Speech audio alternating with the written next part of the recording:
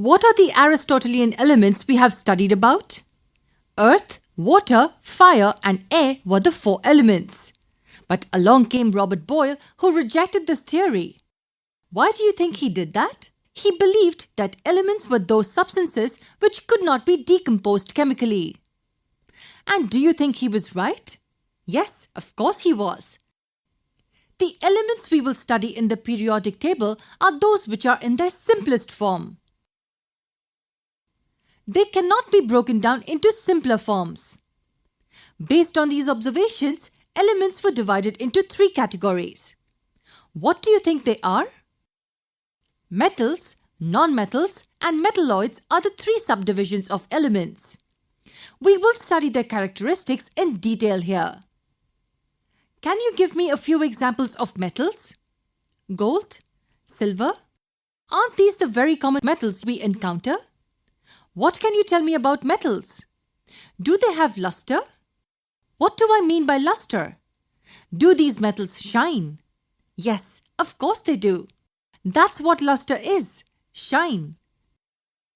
So what is the first property of metals you just learnt? Metals have luster and they shine, right? Let us look at the second property of metals. Have you seen coins of gold and silver?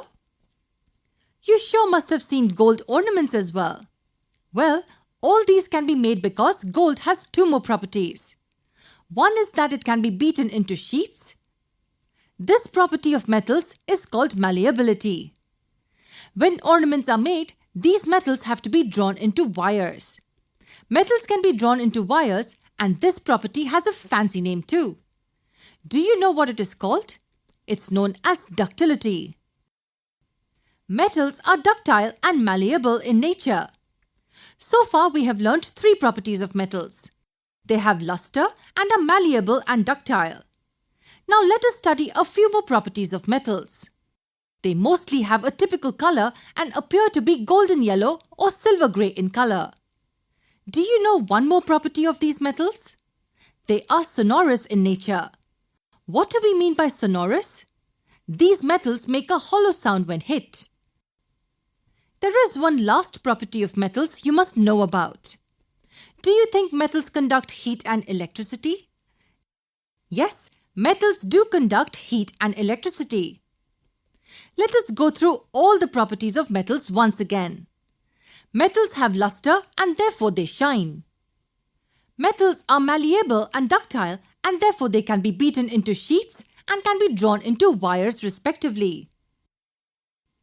They have distinct golden and silver colors. Lastly, they are sonorous and conduct heat and electricity. What about non-metals?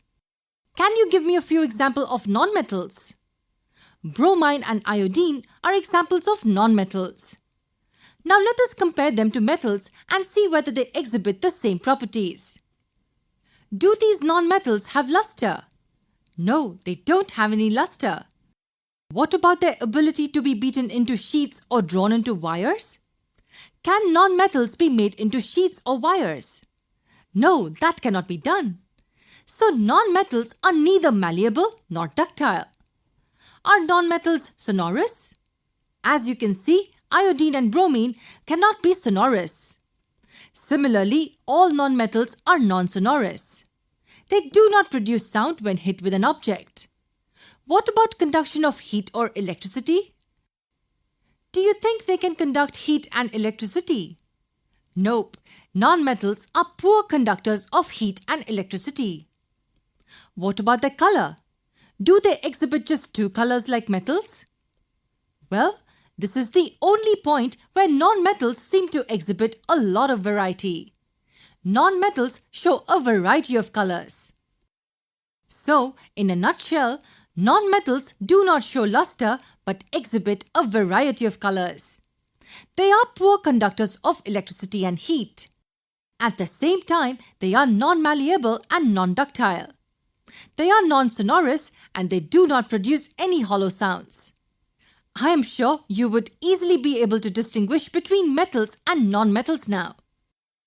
What about those substances which exhibit properties which are intermediate?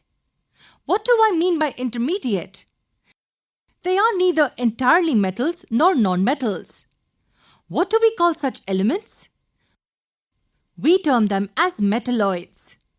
Do you know any elements which may fall into this category? Have you heard of a silicon? It is a metalloid. Germanium is another example of a metalloid.